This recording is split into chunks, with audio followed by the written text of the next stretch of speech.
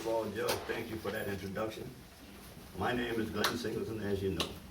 I am honored to be here at Central High School, where the champ graduated from, and to tell you all my experience of your unsung hero, Muhammad Ali. Well, it all started when I was 7 years old. I was outside shooting marbles, and I went inside to get some water, and there was my dad, Norman, and my brother James watching Cassius Clay fight in the 1968. And I said, Dad, who is that? He said, boy, that's Cassius Clay. And at that moment, I sat down there and I watched Cassius Clay win the 1960 Olympic gold medal. And I would ask my dad every day, when he's going to be back on television? And every time he would be on television, I would just get closer and closer and hoping one day I get a chance to meet this great boxer. And as time passed and as years passed, I got older and I became 16 years old, and I heard that Muhammad Ali was in New Orleans. And I caught the bus to New Orleans just to get to the auditorium where he was speaking at and to wait on the outside just to get a handshake. And that handshake just brought me even closer to meet him as time went on. Well, in 1978, Muhammad Ali fought in my hometown, Louisiana, in the New Orleans Superdome. And my wife, who I was married to, who I am married to, her uncle taught Muhammad Ali's wife, Veronica, which is Layla Ali's mom. And I went to the auditorium where he was training at. And when I got there, they had nothing but police officers, security guards, and everything.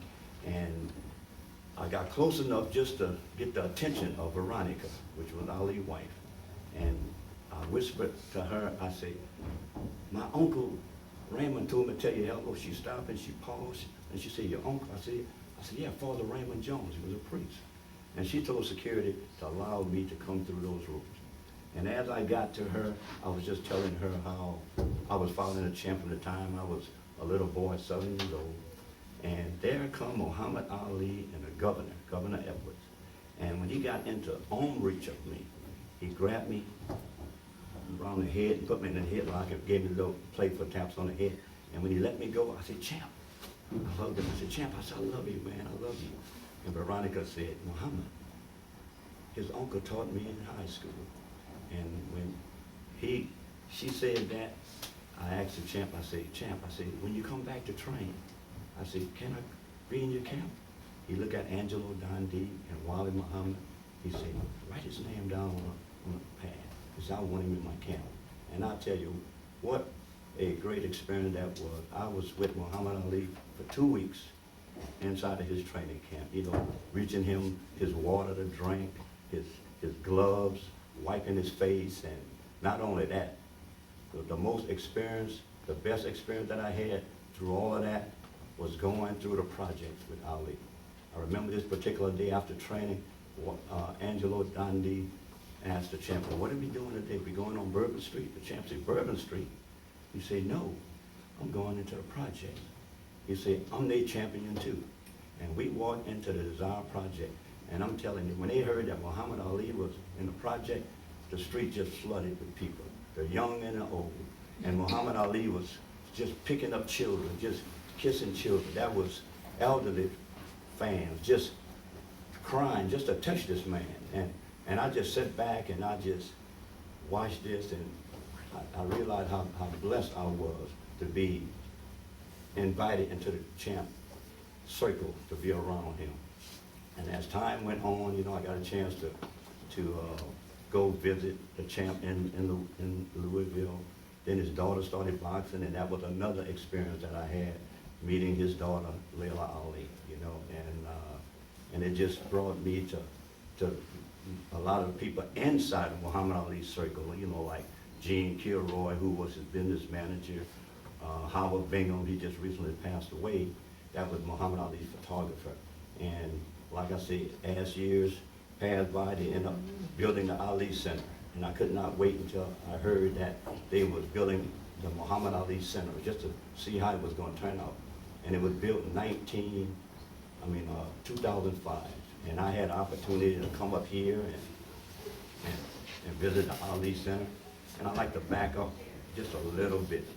When I first heard that they had a salute to the greatest, what the judge was talking about.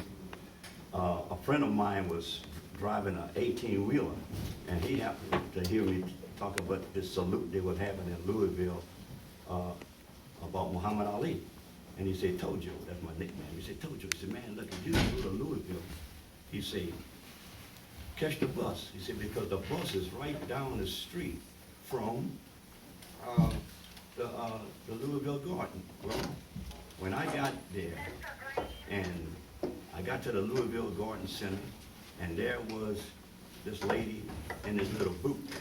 And I said, ma'am, I'm down here for the salute to the greatest. And I said, is there any more tickets? She said, sir, she said, all of the tickets is given away. I said, given away? I said, I done caught a bus all the way down here to Louisville. I said, I got to get into this arena. And so I went to the hotel and I called my wife. I said, baby, I said, look, I said, I came all the way to Louisville. I said, and they out of tickets. My wife said, she said, told you, she said, things are going to work out for you because you are Muhammad Ali's best fan. So I walked back down to the Louisville Garden, and I asked that lady again. She said, sir, maybe if you come early in the morning, she said, maybe you'll get a ticket from somebody. Well, I'm just standing there, and I see these guys going to the side door. And I walked to the side door, and I could hear the music because it was performing, you know, the video for the upcoming event the next morning. And I grabbed my satchel bag that I had with all of my photos with me with the champ and stuff like that. And I walked to this guy, and I said, man, I said, look, I said, I'm from Louisiana. I said, man, look, this is my time with the champ. The guy said, his name was Elvin. He said, tell you what, sir, you wait right here. So he went back in there, and then he come with this gentleman. His name was Mr. Pricky, Wayne Pricky. And he said, I said, sir, look what I got. And he looked at my album. He said, you know what, you don't need a ticket. He said, here. Gave me a press pass. He said, come on in here. So we walk in the auditorium. He said, you get a chance to watch everything before everybody else. So I sit there with my video camera, and he took my video camera. He said, no, I want you to go in the ring. He said, this is where the champ going to be tomorrow, sitting in this ring. And I went there, and I got inside of that ring, and they took my video, and I'm telling my wife, I'm here where the champ going to be.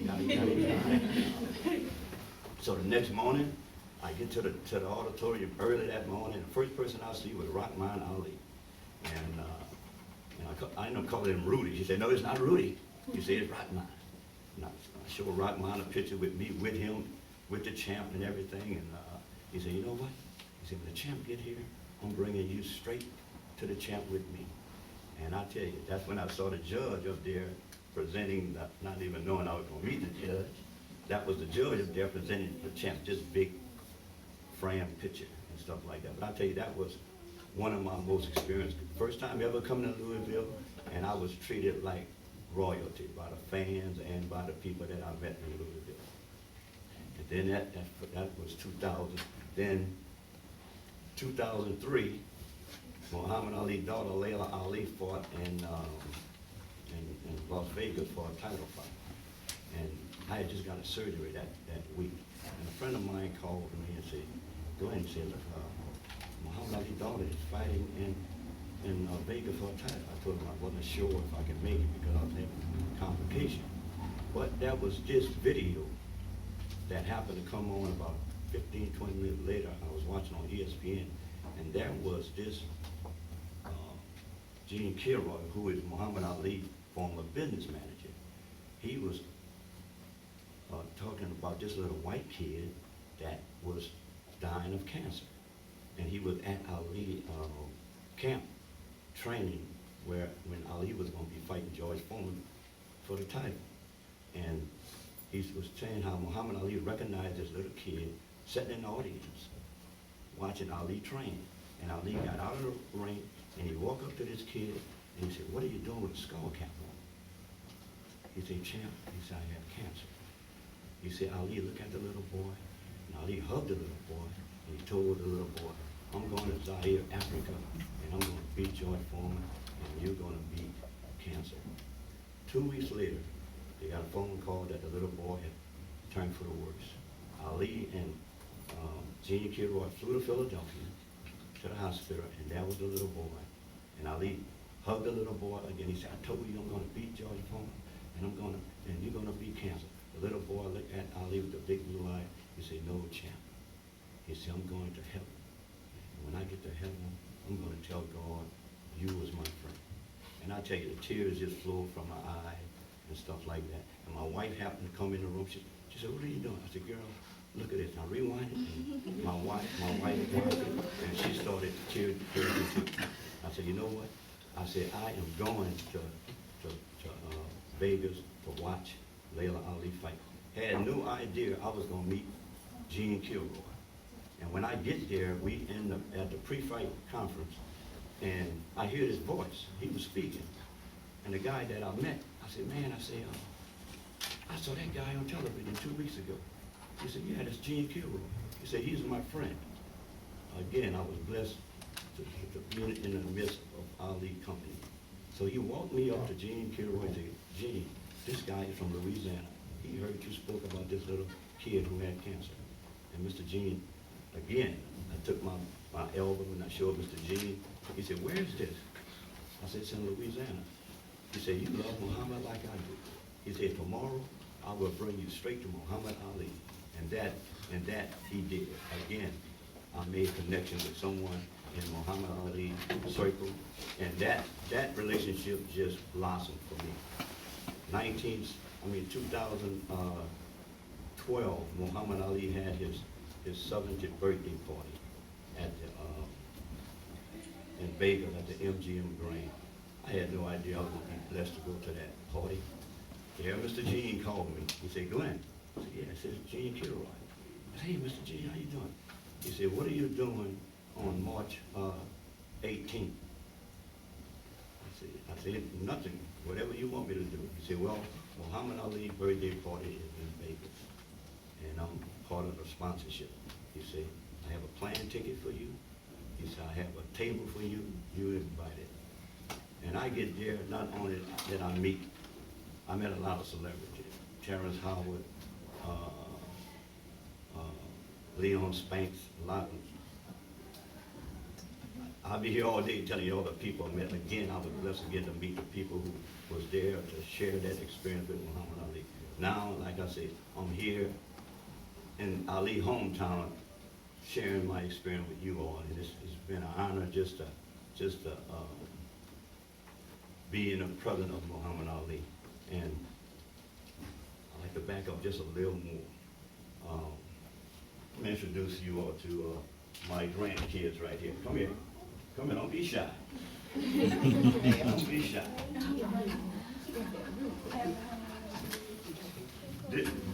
Look, this is Mark Singleton. This is my grandson, and this is Patient Singleton. There is a story. I'm getting ready to tell you all a story. Well, my daughter name is Precious Singleton, and when she was in a second grade, she came home and she saw me. I had a lot of pictures. I was just looking at some of my pictures with Muhammad Ali. Stand up, don't be straight. Stand on me.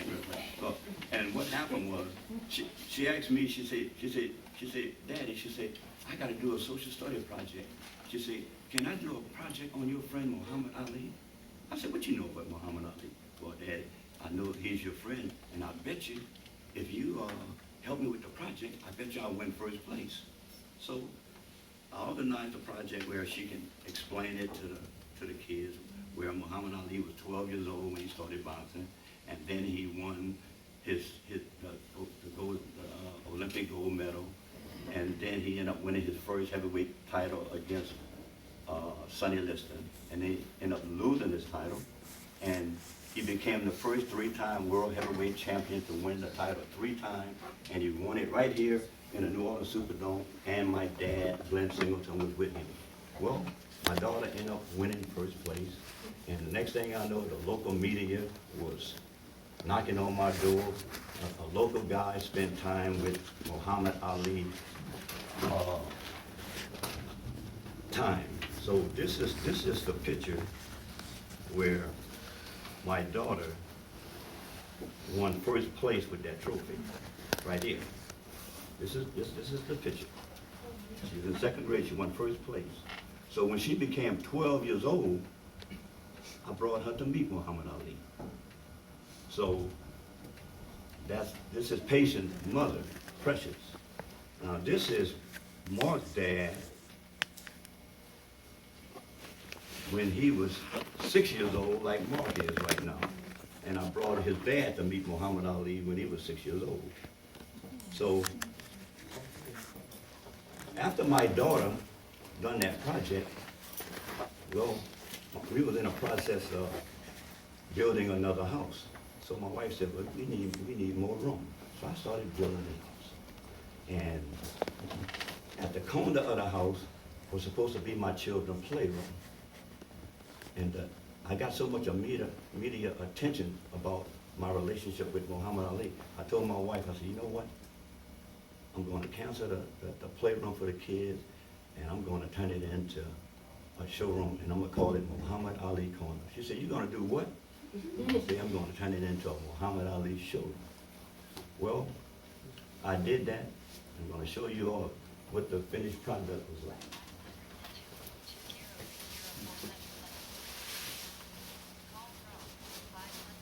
This is the entrance of the showroom right here.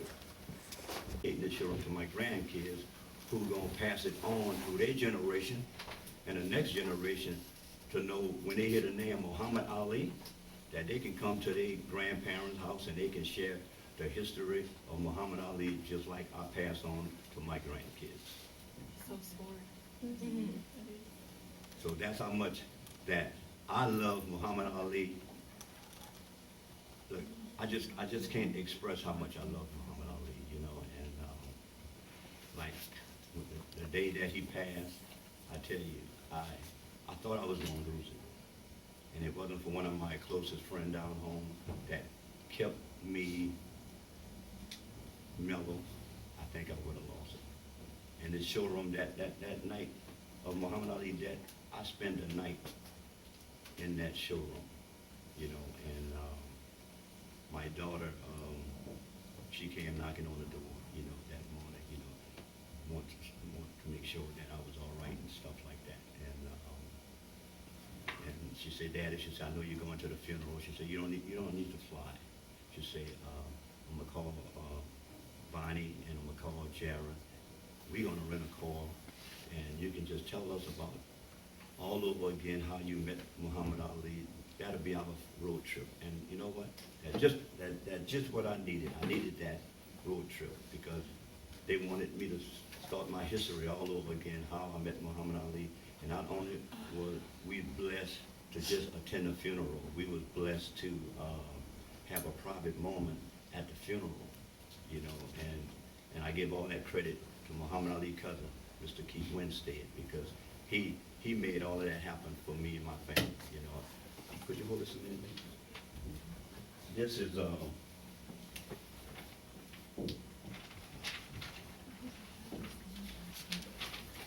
these are some of the articles that they've done. These are some of the articles that they've done the week that Ali passed away, right there. You know, that's some of the articles that was done with me at the showroom. And this is another article that was done. That's my granddaughter, Patient, who is with me right now. They done that article also. But this is the one that I cherish the most right here. Me giving my farewell to my hero Muhammad Ali at his casket. So I cherish this moment here. You know. And, I've been working on a book that I've been wanting to tell the history of me meeting Muhammad Ali from the time I heard of his name. This book will be out in May, and this is the title of the book, My Hero Muhammad Ali, Unforgettable Memories. So I'm just talking about from the time that I met Muhammad Ali until the final day. All of that will be in the book. Yes, sir. So was you in like the cars at the funeral? Sir? You know how you had like cars on the Broadway? Was you in one of the cars at his funeral? No, I wasn't in one of the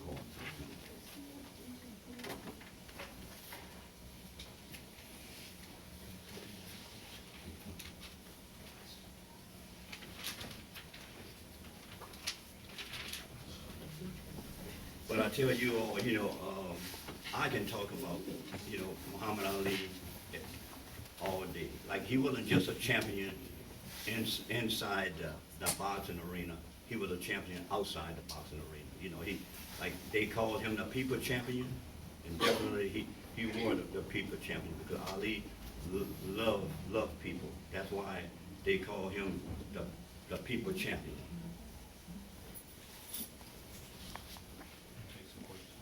Any questions anyone would like to ask?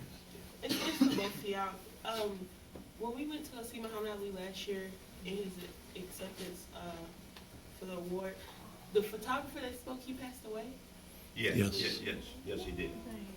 I'm big, yeah. Because he spoke like on the big projector about how he got to follow Muhammad Ali around, take pictures with him. But he didn't look that, it was an illness or something? Yeah, it was a shocking death when I heard that he had passed away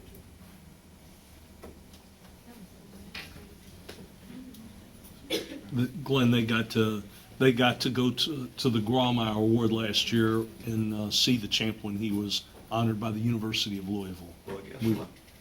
I was at the Grawemeyer Award. That was on September 17th. It was. And matter of fact, I was on the video. I was one of the person on the video. Muhammad Ali.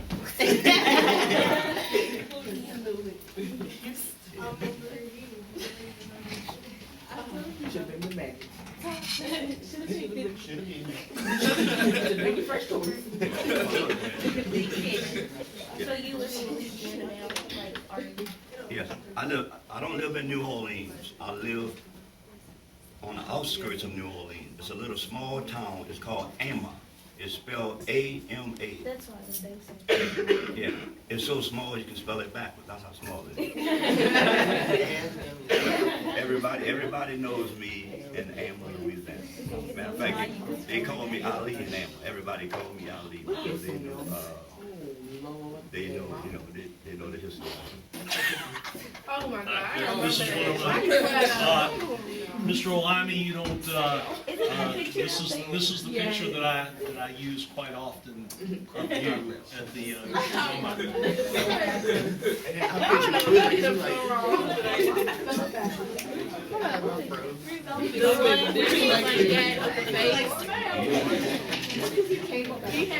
What made you do this? The picture was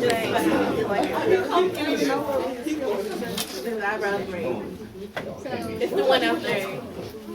Out where? That's how I am so clever. Winning the gold medal heavyweight style. Captain was cocky, his face was smile. Glen had that moment, his mind was broken. Captain's playing, his forever hero. At age 26, invited to the camp, soon to be at his side, at the side of the champ. Living in England, Louisiana, a real small place, not Alabama. The municipal auditorium of historical mark. Muhammad Ali, trained in his heart, determined to be. I want you to meet this particular person, and everything just happened from that point. And they ate off the same plate. This person is royalty. That's all I can tell you. That's all I'm gonna tell you. And so this person happened to come to New Orleans to spend a vacation for 3 days, and he didn't want his name to be out of who he was. Well, my son called me and his mom up and said, "Dad," said, "Look, I have blah blah blah. They want to come meet. They want to come meet you and my dad. Because you just have to meet you all." Well, and that is the only person. George, I think you know already. You smiling back there. Now you didn't tell the judge.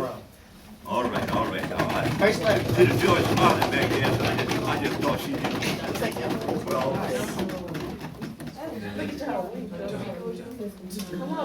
that is the only person that ever put on these gloves to go through this book. Oh, y'all don't know who that is? No, y'all don't know who that is? Can you tell I'm gonna give you a better picture so you can look at it. And don't pass it to the judge because the judge is gonna be shocked. Is it Prince? Who?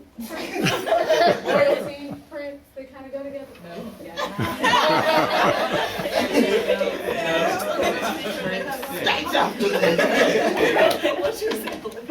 That's one. Y'all don't know who that is? I can't even remember stuff.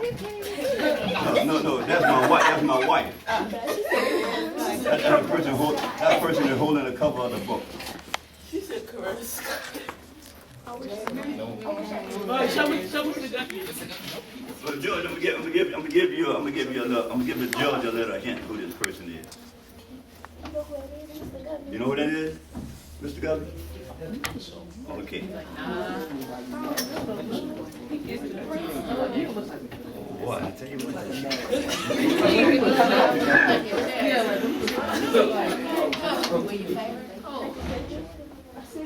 You don't know who that is? Well, I'm gonna tell you all who this is. Who is it? Well, Judge, this person was given the key to the city May 12, 2012, in Frankfort, Kentucky. This is the prince. This is the Prince of Ethiopia, Prince Emirates. Yeah.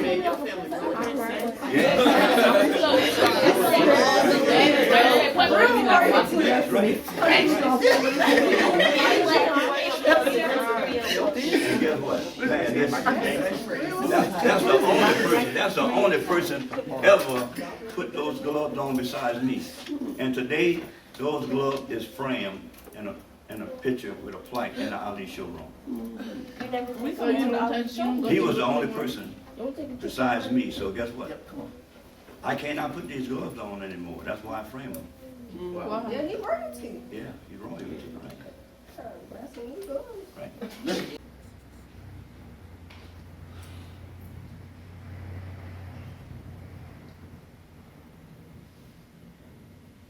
Smile, Mark. Oh, boy. You're making faces.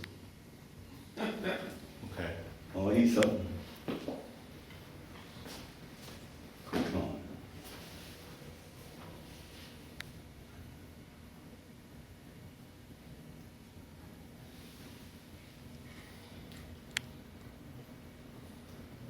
Turned it into a showroom. And what made me turn it into a showroom? Because when I brought my kids to meet Muhammad Ali, the 3 kids that you saw on that picture, Muhammad Ali took my picture album and he wrote in the back of my picture album, you see, to my best friend, Glen Singleton, from Muhammad Ali, serve God, he is the goal. And that was November 11, 89. So that was my blessing from Muhammad Ali recognizing me as his best friend. And so that's what I do, you know, and tell everybody how much I love Muhammad Ali and what Muhammad Ali meant to me.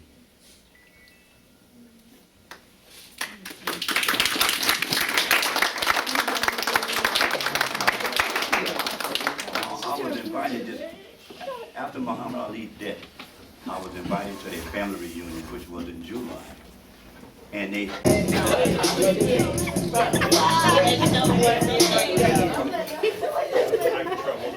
See, I had 3 gifts to give away. I'm gonna go 4. Don't disappoint me. You'll be best friends. She's ready. Who was the boxer that Muhammad Ali...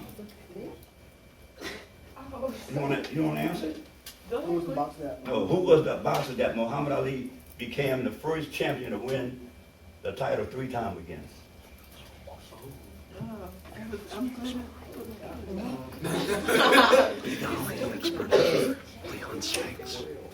gonna say Frazier. Frazier. Who, baby? George Foreman. Nope. See that? See that? See that? You know, Our Victoria, you can be a hero. Leon Speaks.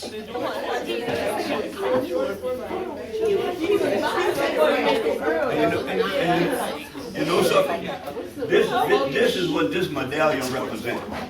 The boxer who Ali became the first boxer to win the title 3 times, to be the first 3-time world heavyweight champion. This is the medal that represents that fight. And guess what? You can't even buy this medallion anymore. So you know why? Because I'm the one that have them all. That's right. I'm the one that have them all. Well, y'all said his teeth messed up. Yeah, does he have really messed up teeth, the man? Oh, that's not good enough. Isn't Leon? Baby, you're right. I'm gonna give you that medallion. That's it. See, Corey, I wouldn't give you the wrong answer. You would want to use your teammate on this one. Now, who's the other person that answered for you? Your medallion. And William. And Corey. She went first. I was scared if I I was like, it's gonna be smack dead in my forehead here. And this is yours, baby.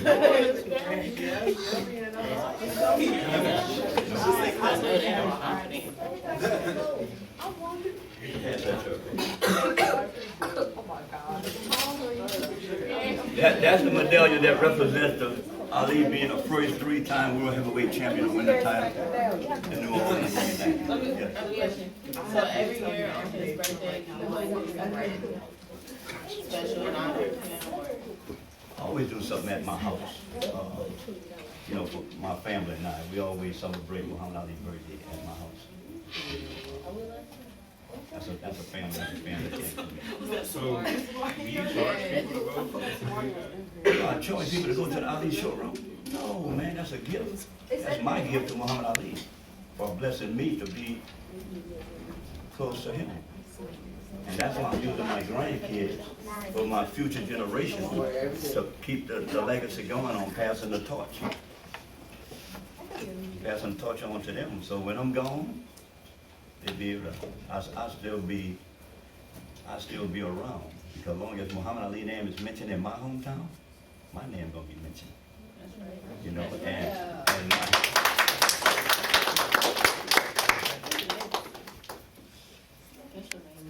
and I tell you, Mr. Guzman, I thank you, sir, for allowing me to come share my experience with your class. And this year, I'd have been to Louisville 5 times. That's how much I love Louisville, Kentucky. Well, Mr. Singleton, we want to thank you for sharing your experiences with us because, guys, I mean, this puts you one step away from the greatness of Muhammad Ali, and certainly you know what I think of Muhammad Ali. He was my hero too. I love Muhammad Ali. I had tears in my eyes the day I shook his hands. And the one thing that I will always remember about it, his hand was like 3 times the size of mine. I mean, when I shook his hand, it was like, oh man, I bet when you hit somebody, it really hurts. I tell everybody when at that age, most kids' heroes at the age of 7 were Batman and Superman. Mine was Cassius Clay. Yeah. You know, a real live hero. A real live hero. Not no fictional hero. Yes, ma'am. Okay, so do you know where the name Cassius Clay came from? Yeah, This is real name? No,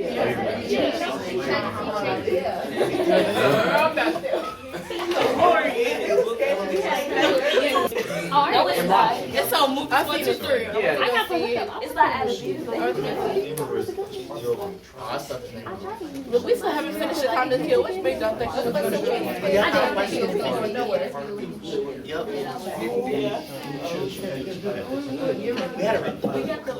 I was being a regular student, I caught power my phone outside the power. So, hey guys,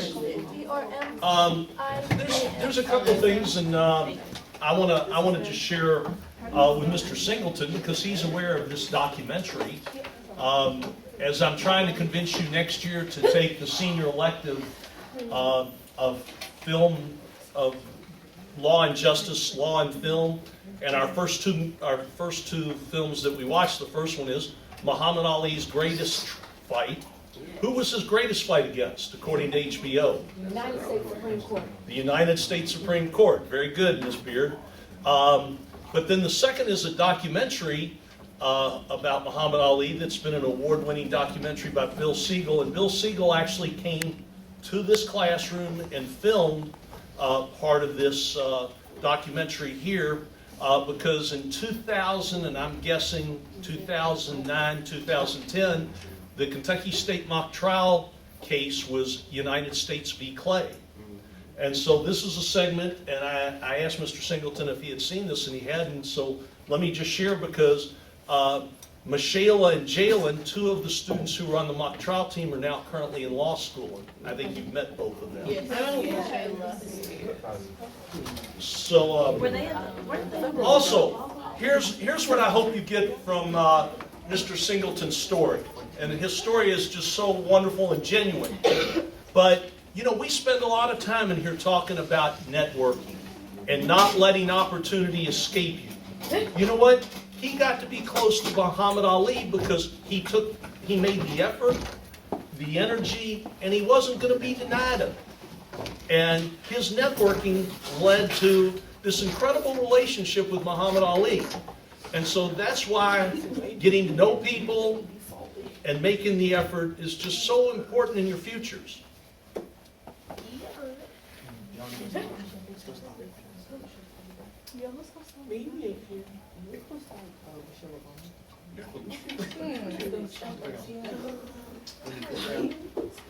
Corey, can I get you to get the lights so we can share this? Yeah, Corey. Excuse me.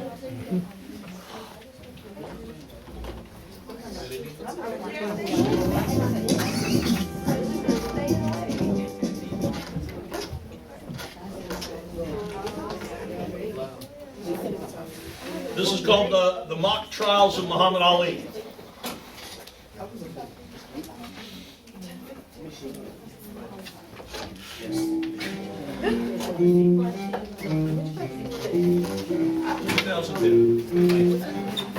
The Supreme Court agreed today to review heavyweight fighter Muhammad Ali's conviction for refusing induction into the Army. Ali claims he cannot be drafted for religious reasons, and now the High Court will decide whether he's right. When you speak out against the draft, that presents a clear and present danger to the security of the United States, and then that trumps the First Amendment rights. But being a conscientious objector allows you to fight in defense of your religion, so Ali should have been granted conscientious objector status. One of the components is you have to be against war in all forms. Mr. Clay, Muhammad Ali, sir. Mr. Clay, Muhammad Ali, sir. Mr. Muhammad Ali, either one. Just Muhammad Ali. I am Muhammad Ali.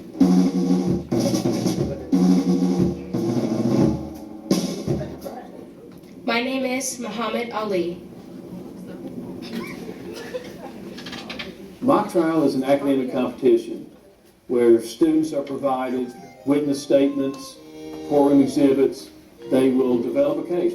And from that point, teams will compete against one another in real courtrooms, with real judges presiding. They're scored based on their knowledge of the law, their poise, their familiarity with the rules of evidence.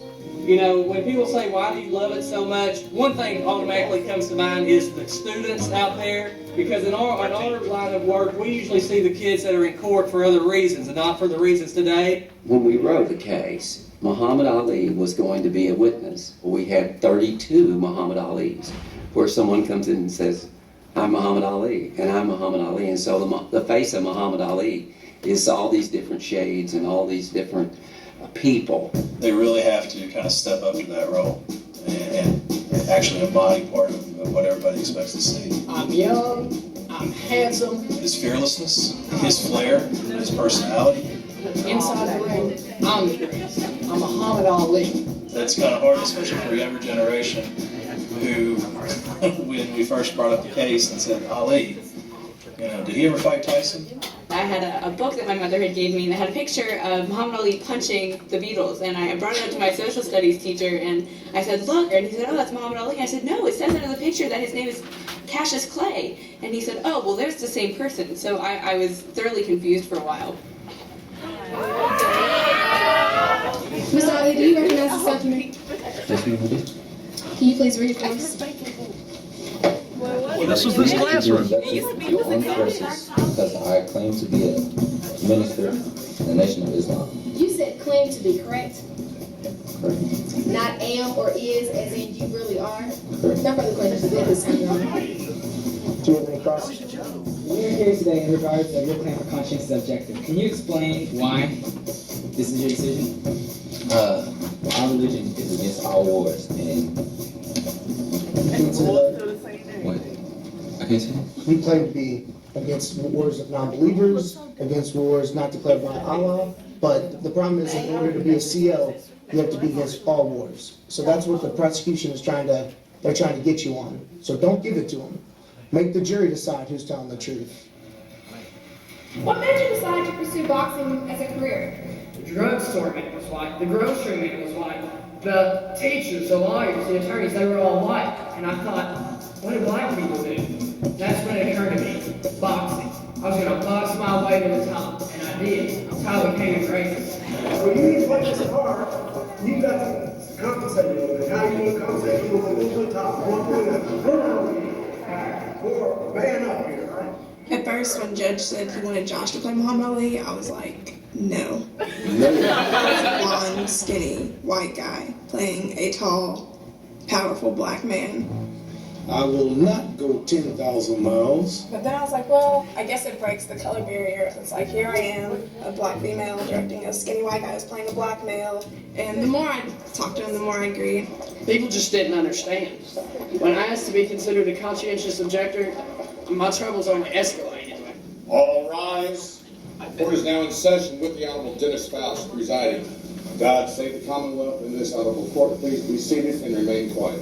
The defense calls Muhammad Ali to the stand. Ready, champ? Yes, ma'am. Mr. Ali, could you introduce yourself? I had left my life as Cassius Clay behind and become Muhammad Ali, a servant of Allah. My religion made me who I am. People said I couldn't be Ernie Terrell, Sonny Liston, Floyd Patterson, but guess what? I did.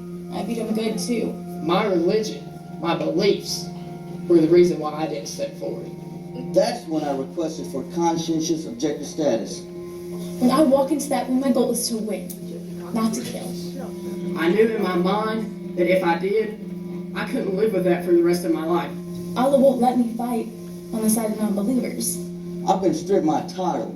I lost fights. I lost money. Even people I respect like Joe Louis and Jackie Robinson told me, take it back, champ, take it back. But I told him, I ain't taking it back. At first, I was like, oh, this is just one of those people that dodges the draft. I've now come to realize, and after I've seen his religious values and his morals lived throughout his time, that he was really and truly a conscientious objector. I don't know. It seems there were so many coincidences. In 1968, it would have been hard to make a decision. I mean, it really would have. My parents are immigrants, and when they came here, the government gave them everything. The opportunity to pursue an education, to make it for themselves. And so, in my mind, I think, yes, there should be a draft just because this is what we have to pay for to be in this country. People were just going over there and getting slaughtered. I mean, I love my country, but I don't know that I could have fought for that. When the Iraq War started, I remember, I was taken to war protests, I was taken to peace demonstrations, and I felt like that overwhelming sense of activism is absolutely essential to just this country in general. Today, Cassius Clay will attempt to persuade you not to convict him of the felony crime of draft evasion, a crime that today's evidence will prove was committed April 28th at the Houston Induction Center. Behind the celebrity, behind the showmanship, lies a man of deep and sincere religious faith. This case is about faith and fairness. Mr. Ali's faith will be clear, and at the end of the trial, we will ask you to provide the fairness. All right, Coach. Best on Friday, then.